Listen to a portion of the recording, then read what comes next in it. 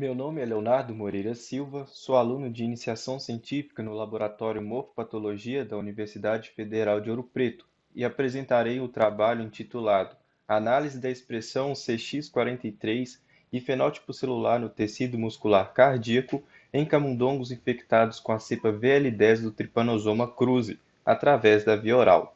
Esse trabalho teve como orientadora a professora doutora Paula Melo de Abreu Vieira e co-orientadora doutora Thais Vieira de Carvalho.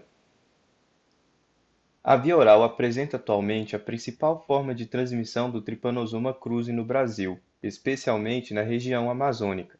Os surtos da doença de Chagas por essa via ocorrem em sua maioria pela ingestão de alimentos contaminados, como o açaí e o caldo de cana. Os indivíduos infectados apresentam quadros graves da doença, sobretudo com acometimento cardíaco. Altas taxas de mortalidade são registradas ainda na fase aguda da doença.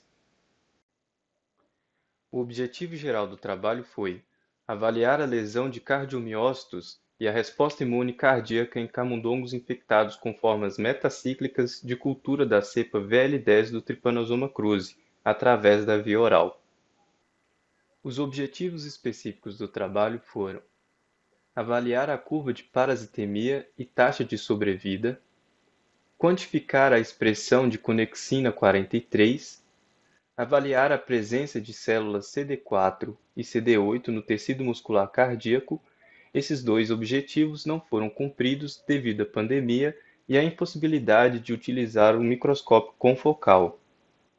Avaliar a atividade da isoenzima CKMB e avaliar o processo inflamatório no tecido muscular cardíaco. Para cumprir com os objetivos específicos do trabalho, foi realizado o seguinte delineamento experimental.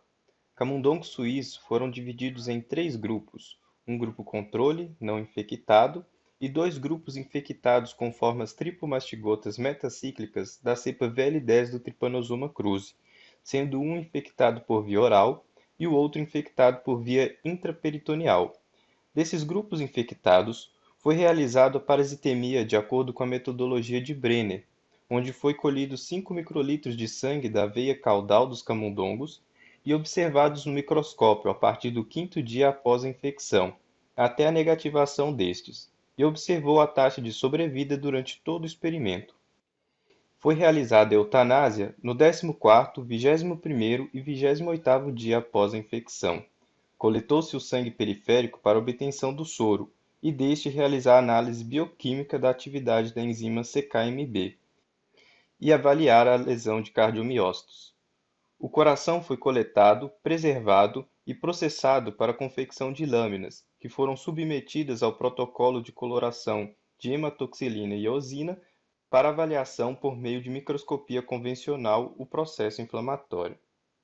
Com relação aos resultados de parasitemia e taxa de sobrevida, nós temos respectivamente, no eixo da vertical, formas tripomastigotas por 1 ml de sangue e percentual de sobrevida, e no eixo da horizontal, nós temos dias após a infecção. Embora o grupo infectado pela via oral apresente mais barreiras físicas, o Trypanosoma cruzi alcançou a corrente sanguínea ao mesmo tempo em relação ao grupo infectado pela via intraperitoneal, como é observado pelo mesmo perfil de curva em ambos os grupos. Com relação ao percentual de sobrevida, ambos os grupos apresentaram taxa de 100% de mortalidade, porém, o grupo infectado pela via oral apresentou 100% de mortalidade cerca de 10 dias antes em relação ao grupo infectado pela via intraperitoneal. Com relação à atividade da isoenzima CKMB, nós temos no eixo da vertical a atividade de CKMB e no eixo da horizontal dias após a infecção.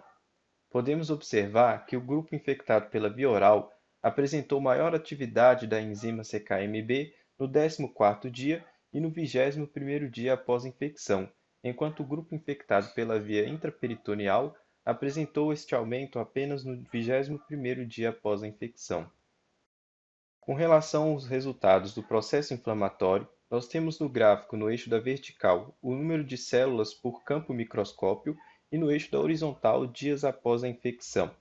Nós observamos que o grupo infectado pela via oral apresenta maior número de células no 14º e no 21º dia após a infecção, enquanto o grupo infectado pela via intraperitoneal apresentou este aumento apenas no 21º dia após a infecção, como observado na fotomicrografia do tecido muscular cardíaco dos camundongos, em que o grupo infectado pela via oral apresentou processo inflamatório no 14º dia e no 21º dia, enquanto o grupo infectado pela via intraperitoneal apresentou o processo inflamatório apenas no 21º dia após a infecção.